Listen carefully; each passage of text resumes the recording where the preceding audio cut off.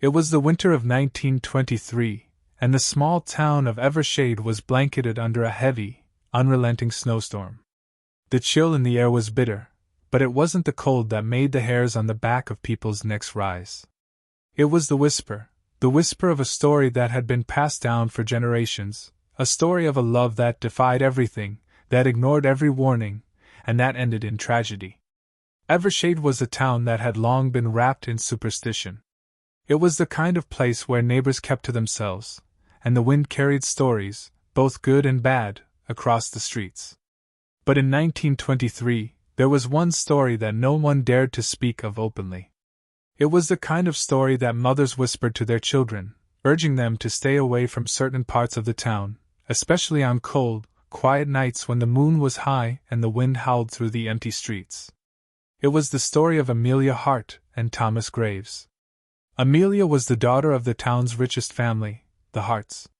She was beautiful, dark, flowing hair, pale skin that seemed to glow against the night, and eyes as green as the first leaves of spring. She was everything that the men of Evershade dreamed of, yet she was untouchable. For the Harts, appearances were everything, and they saw themselves as superior, holding the town's social ladder firmly in their grip. Then, there was Thomas. He was not of the same caliber as Amelia. He was a simple young man, born to a humble farmer's family, with nothing but his good name and hard work to offer. But there was something about him that set him apart. His dark, brooding eyes held a quiet intelligence that the people of Evershade could never quite place. Thomas had always been different from the other young men in town, and Amelia noticed him one crisp February evening at the Valentine's Day dance at the Evershade Hall. He wasn't dancing with anyone, but instead stood at the back of the room, his gaze intent on the dance floor as if he were watching something only he could see. It was then that Amelia's curiosity got the best of her. She had grown tired of the usual suitors, men who only wanted her for her family's wealth and status. There was something about Thomas, something raw and untamed, that pulled her in. She excused herself from the crowd of admirers and walked toward him, her heels clicking softly against the wooden floor. As she drew closer, the cold air from the open window behind Thomas reached her, making her shiver. "Care for a dance?" Amelia's voice was smooth, like velvet, but there was an unmistakable edge to it, an edge that carried both authority and invitation. Thomas turned slowly, his eyes meeting hers. His face was pale, framed by the shadows of the evening, and a flicker of surprise passed through his eyes. For a moment, either of them moved, either of them spoke. It wasn't just the music that had stopped. The room itself seemed to hold its breath, waiting for the answer. "You should be dancing with someone like yourself," Thomas said quietly, his voice barely above a whisper. Amelia tilted her head, intrigued. "And who is that?" she asked, raising an eyebrow. "Someone who belongs in this world," he replied, gesturing toward the well-dressed couples swirling around them. Her lips curled into a faint, almost amused smile. "I'm already here," she said, extending her hand toward him. "Come. Let's dance." The music resumed, and with a slight hesitation, Thomas took her hand. As they danced, the world seemed to melt away, the crowd fading into a blur of color and movement. There was only the two of them, the rich, beautiful woman from the prestigious Hart family, and the quiet, mysterious man who could never fit into her world. Yet, in that moment, they seemed to belong to each other. But it was never meant to be. The night was magical, yes, but it was also filled with secrets. Secrets that had been buried deep within the walls of the Hart estate for generations. After that night, Amelia and Thomas's bond only grew stronger. They met secretly, in hidden corners of Evershade, away from the prying eyes of the town. The love that bloomed between them was forbidden, and they both knew it. Amelia's family would never accept a relationship with someone so far beneath them. They were already arranging suitors for her, men of wealth and power who could further secure the Hart family's place in the upper echelons of society. But Amelia couldn't shake Thomas. She found herself sneaking out at night, running to the old, overgrown meadow on the outskirts of town, where they would meet in secret. Under the cover of darkness, they shared stolen kisses and whispered promises of a future that could never come to pass. Then, Just a few days before Valentine's Day, the unthinkable happened. Amelia's father, Charles Hart, discovered their secret. Charles Hart was a man of formidable influence, both in Evershade and beyond. He was known for his sternness and his unyielding control over his family. When he learned of Amelia's relationship with Thomas, he was furious. The scandal would ruin their reputation, and he would not allow his daughter to be involved with someone so beneath them. The Hart name meant everything, and he would protect it with everything he had. That night, Charles Hart confronted Amelia. Her mother, a quiet woman who had always stood by Charles, stayed silent in the background, but her eyes spoke volumes. Amelia's world was about to change forever, and there was no way to stop it. "You will stop seeing him," her father demanded, his voice cold and hard. "This nonsense ends now." Amelia, defiant as ever, refused. "I love him," she said, her voice steady, but her heart ached. "And nothing you say will change that." Her father's eyes narrowed, and his voice grew darker. "Then you'll regret it, Amelia. I won't allow this to destroy us." And with that, Charles Hart made a decision that would change everything. The next day, Thomas was found dead, his body discovered by the side of the road just outside Evershade, bruised and bloodied, as though he had been thrown from a great height. No one knew who had done it, but the town was quick to whisper rumors. They spoke of the Hart family's power, of the father who would do anything to protect his daughter and his name. When Amelia heard the news, she was devastated. She ran to the meadow where they had often met, but it was empty, just like her heart. Her love for Thomas had cost her everything, her freedom, her family's trust, and now his life. But the tragedy didn't end there. As the weeks went by, strange things began to happen in Evershade. At night, when the wind howled through the streets, people would hear the sound of a distant phone ringing, always at the same time, around midnight. And when they picked it up, the voice on the other end was unmistakable. It was Thomas. He would speak only a few words before the line went dead. And with each passing call, the voice became more urgent, more desperate, as though he were trapped in a place where time had no meaning. But Amelia never heard those calls. For her, the tragedy wasn't just Thomas's death, it was her own. The love that had been forbidden had cost her everything. And in the end, it was a love that had never stood a chance. The phone calls continued long after the town had forgotten, long after the whispers had died down.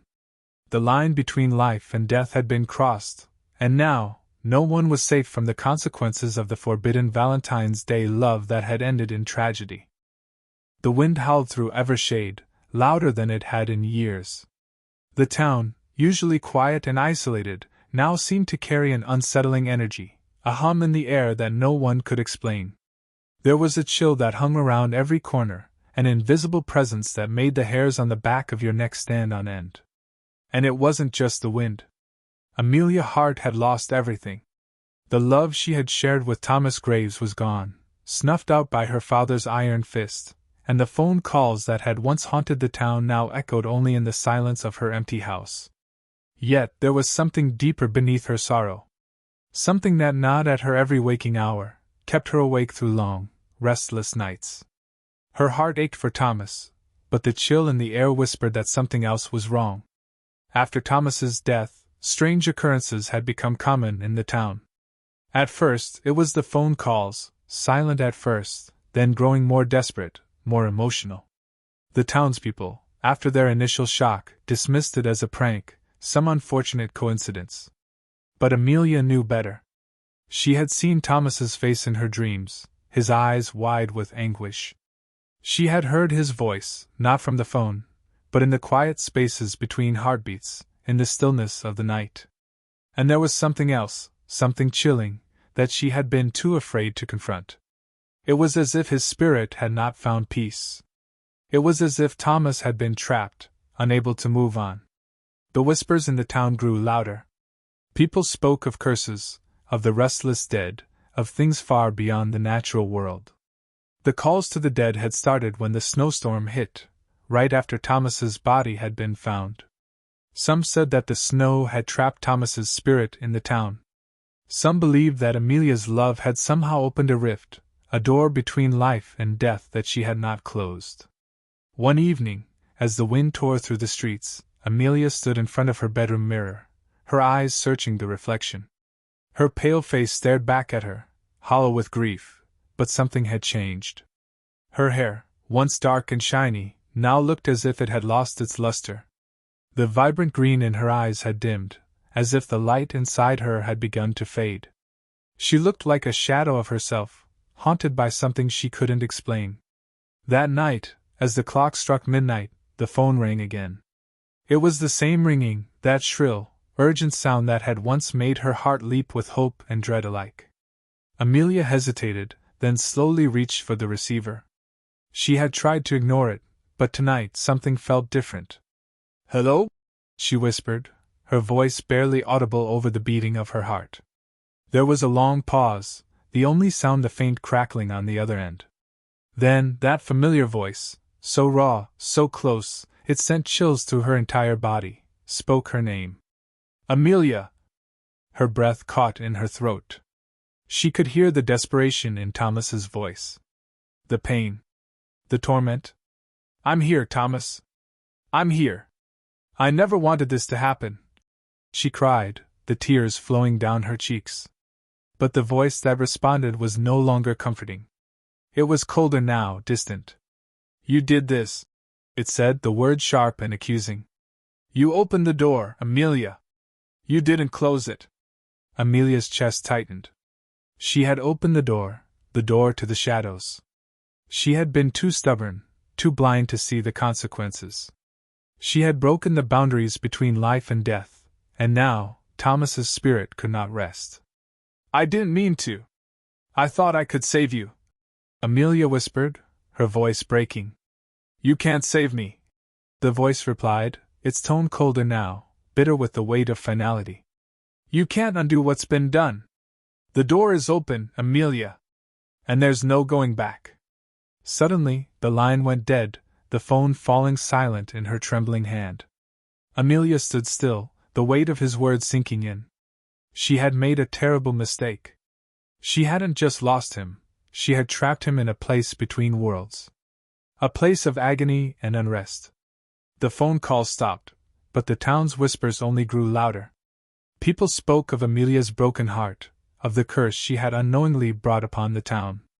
They spoke of Thomas's restless spirit, unable to move on, doomed to walk the earth forever. And though she had never spoken of it to anyone, Amelia knew the truth.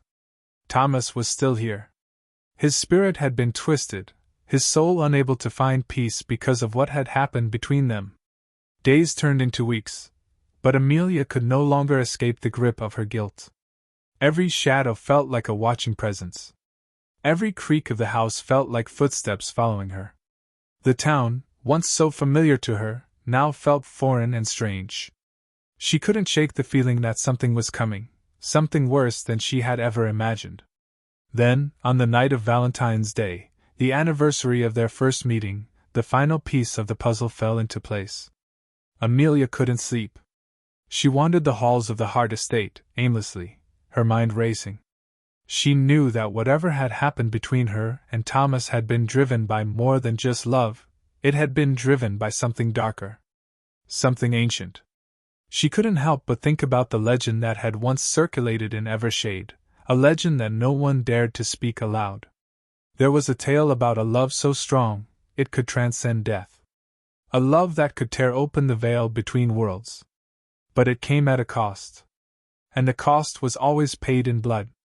Amelia stood by the large windows of the estate, staring out into the cold, empty night. Her breath fogged up the glass as she looked at the cemetery on the hill in the distance. She had to go there. She had to fix this. She couldn't live with the weight of her guilt any longer. If there was any chance of saving Thomas, of saving herself, she had to close the door. She stepped into the cold night, her heart pounding as she made her way to the cemetery. The wind howled, the snow biting at her skin, but she was determined. She could feel the pull of the past, the pull of her lost love. And she knew, deep down, that this would be the end of it. The end of everything. When she reached the cemetery gates, they creaked open without hesitation, as if they had been waiting for her.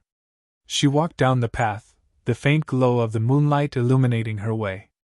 The gravestones around her were covered in a thin layer of snow, their inscriptions worn and faded by time. But it was the grave at the far end of the cemetery that caught her eye. The stone was new, almost too new for the ancient cemetery. It bore a name, Thomas Graves.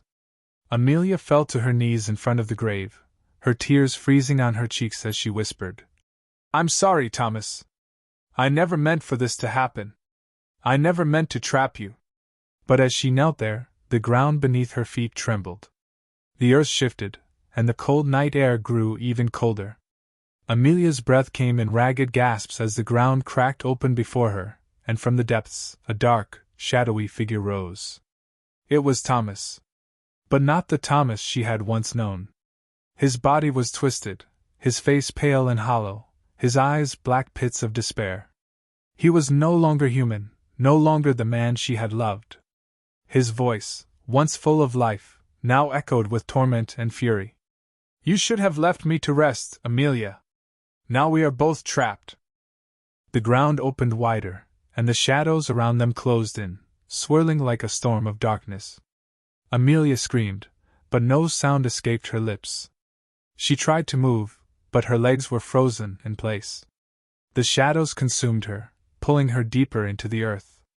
And as the darkness closed in around her, she understood, she had opened the door. But now, it was too late.